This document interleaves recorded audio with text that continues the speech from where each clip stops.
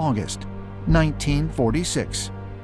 Esteemed U.S. naval officer and explorer Admiral Richard Byrd, one of the first pilots to fly over both the North and South Poles, organizes Operation High Jump, the largest expedition ever to travel to Antarctica. With 13 ships, 23 aircraft, and over 4,700 military personnel. This was very important that after the conclusion of World War II, Admiral Byrd was asked if he would mount a large armada and go for 4 months.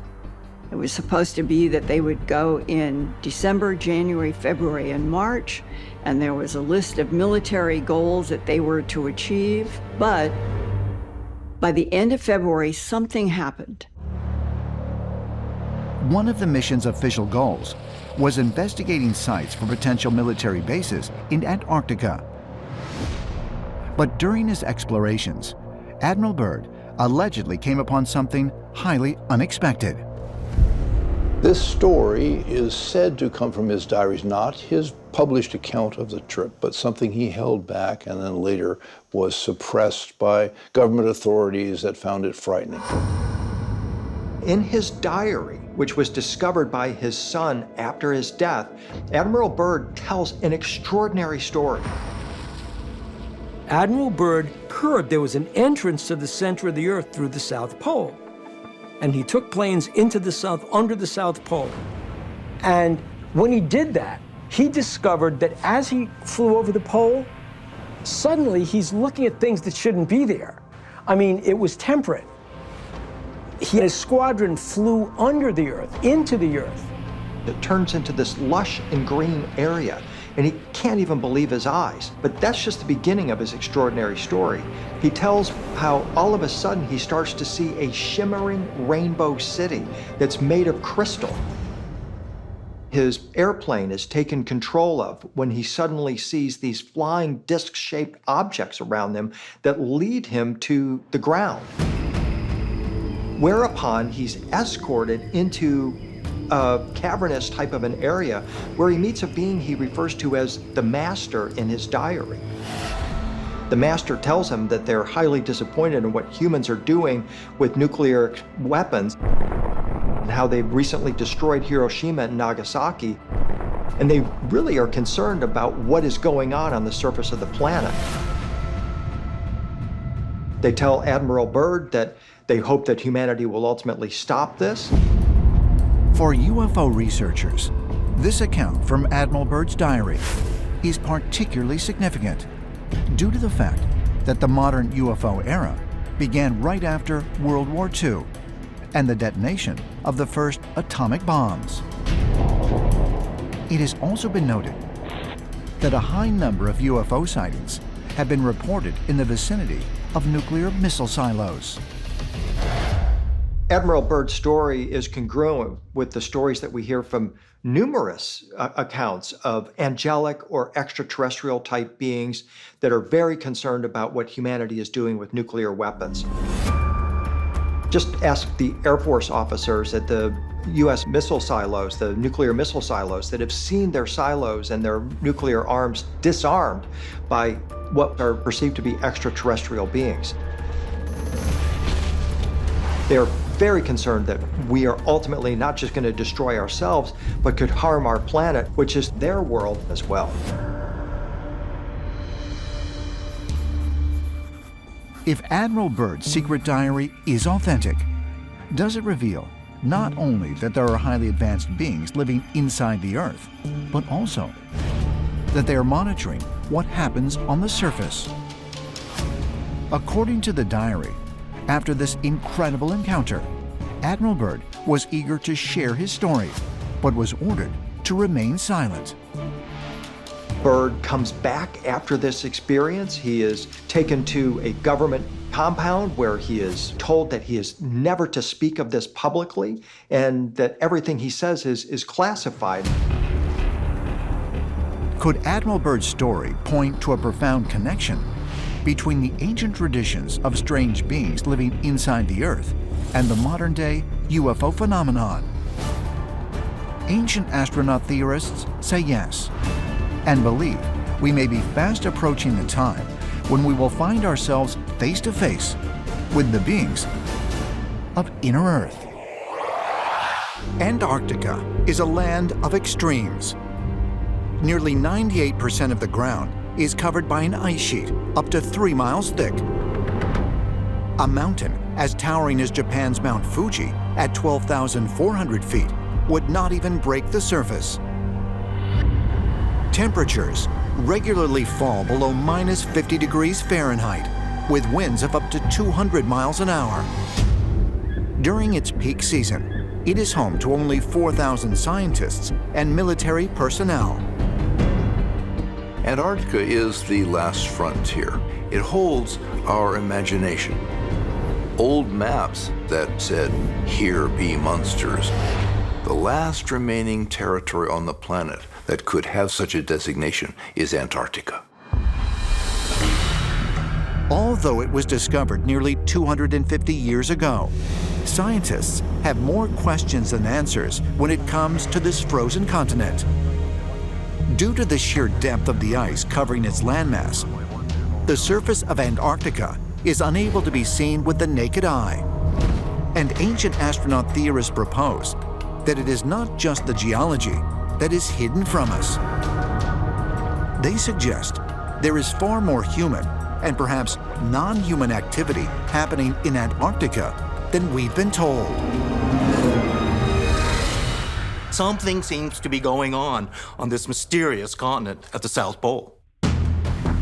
And it has been theorized by a number of people that Antarctica is some kind of alien base. Rumors of extraterrestrial activity in Antarctica have circulated for years. If these accounts are true, and there is, in fact, an extraterrestrial presence in Antarctica today, could it have been there for hundreds or even thousands of years? In July 2018, Linda Moulton Howe interviewed a whistleblower who offered to provide her with classified information regarding Antarctica on the condition that she not reveal his identity. Her source, a retired Navy SEAL who she identifies as Spartan 1, provided her with details of an ancient structure he claims to have visited during his time at the South Pole. At that time, my rank was First Lieutenant Commander, Naval Special Operations. We were inbound the southeast coast of Antarctica. We were dispatched for, unofficially, was a research reconnaissance mission. Officially, it was to find a certain individual, obtain any information, and bring it back. What was the date? August 2003. According to Spartan 1, when he and his team reached their destination, they encountered a large octagonal structure protruding from the ice. Cautiously, they proceeded to enter it. At the very top of the first structure that we entered, there was almost 18 feet poking from the ice. The rest of it was hidden under the ice. Each door was the same, anywhere from 18 feet thick to around 30 feet thick. And even though these doors were that thick and that heavy, you could take one finger and push them and they would open. There was no resistance whatsoever. The outside temperature was at least 40 degrees below zero. Once you stepped inside these structures, the temperature was an ambient 68 to 72 degrees. What about the ceilings, hallways, floors? It was lighted from the inside, but we could not find the source of light. It was a lime green in color. The walls were lined with what I call hieroglyphics, but nothing of hieroglyphics that I've ever seen in my life. Could there really be mysterious structures buried at the South Pole? Structures built by an advanced extraterrestrial civilization in our remote past. Buried underneath the ice in Antarctica could well be stone temple constructions. There could be biological material, remains of beings that lived there and could still be there. It could be the greatest reveal in all of human history.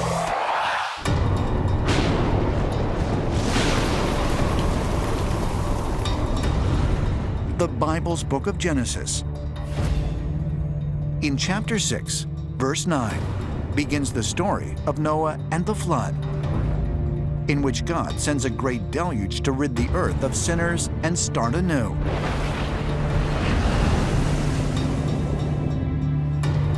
Different versions of this same story exist in nearly every ancient tradition around the world. Going back 5,000 years, we have sacred texts that tell us there was an antediluvian civilization. There was a great flood and that there were survivors. The Mesopotamians speak of this in the Epic of Gilgamesh. The Egyptians speak of this in the Edfu creation text. Plato learned from the Egyptians that there was once a civilization called Atlantis that existed 9,000 years before his time.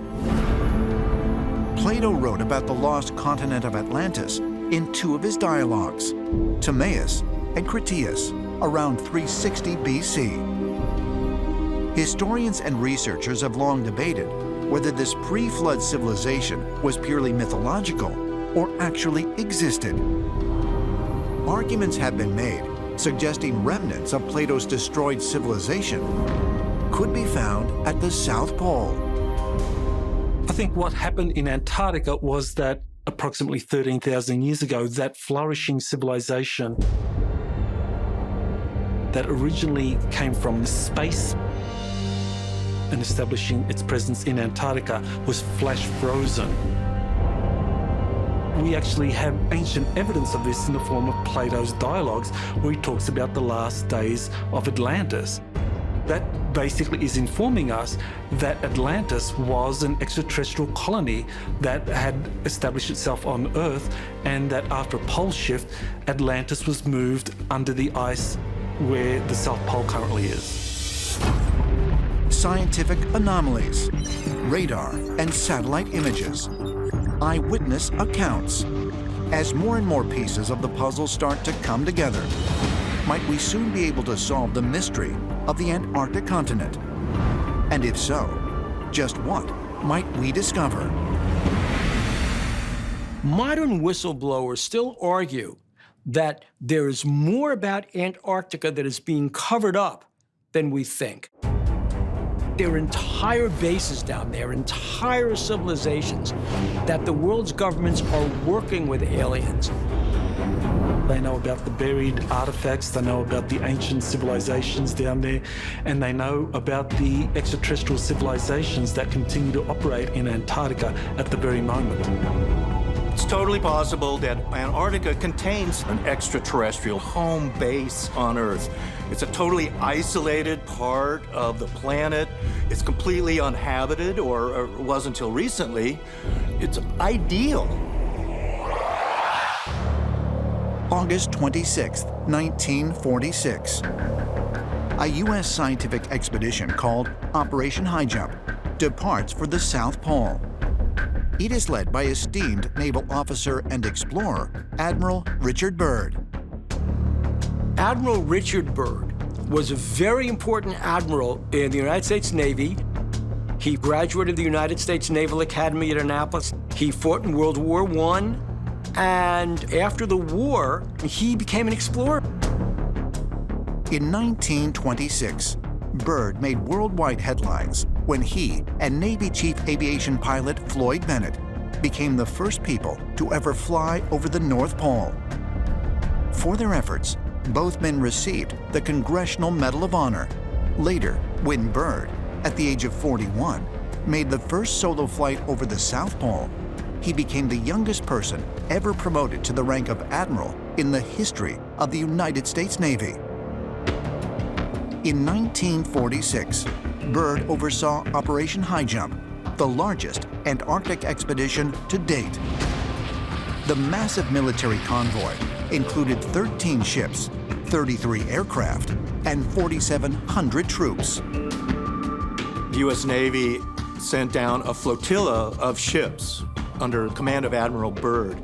And and they came back after about 9 months in Antarctica. Apparently, they actually fought a battle in Antarctica, probably between remnants of the Third Reich and perhaps extraterrestrials as well.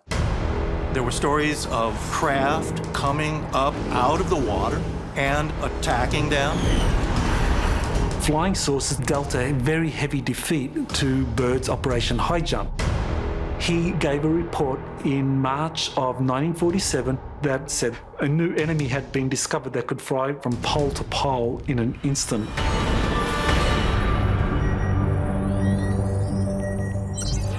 In 2018, more than 70 years after Byrd's astounding claim, a satellite image captured what appeared to be a condensed water trail from an aircraft, or contrail, that could only have been produced by something traveling at incredibly high speeds. It extended the entire length of the Earth, longitudinally from the North Pole to the South Pole, which is 12,000 miles. The maximum length of time that a contrail can maintain its shape is 30 minutes, but most dissipate in less than 15. Only a craft capable of traveling faster than 50,000 miles per hour, or 10 times the speed of the fastest aircraft in existence today, could leave a contrail that would stretch the entire length of the Earth without breaking up. It's a seeming impossibility because it meant that some object was able to traverse the entire planet from pole to pole in a matter of minutes before the contrail disappeared. Whatever created that was going beyond Mach 10. Mach 10 is over 8,000 miles per hour. This was probably going much, much faster than that. So whatever it was something that more than likely we've never seen before. In the 21st century, satellite photography has allowed anyone with an internet connection to access images of Antarctica. In 2016, a striking image was discovered of a seemingly man-made entrance carved into an Antarctic mountain range. This is a legitimate satellite image of a very large, proportionate hole in the ground, or the mountain range. This looks intelligently designed to suit a specific craft that flies through this particular opening. Similarly, in 2018, internet researchers released the coordinates for what they describe as a UFO crash-landed on the Antarctic island of South Georgia. The photographs are really compelling because this is not somebody making believe something is there. You can actually see the skid marks. It actually looks as though an object is moving along that ice. But the thing that so intrigued people looking at those images were that the skid marks were straight. Some ancient astronaut theorists have noted that the shape of the alleged craft is very similar to a mysterious celestial object that was detected entering our solar system in October 2017. Called Oumuamua, the object was initially identified as an asteroid, but its shape, trajectory, and acceleration were so unexpected that the chair of Harvard's astronomy department, Avi Loeb, suggested that Oumuamua might be an alien probe.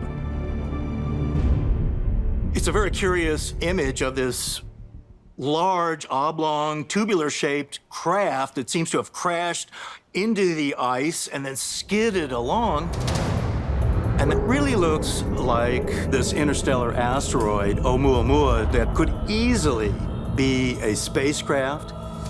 The actual craft itself is right around 50 yards in length. This is the wider view of this object that quite possibly came in at an angle, ricocheted off of the base of this mountain, and that's what gave it the momentum to skid several thousands of feet. You can definitely see the mountain. There's some disturbance here where this track leads back to from this unidentified object. This very well could be a crash landing based off of what we're seeing at the bottom of the mountain, yes. Is it possible that online researchers using satellite technology actually located the crashed remnants of an extraterrestrial vehicle and the opening to an underground alien base?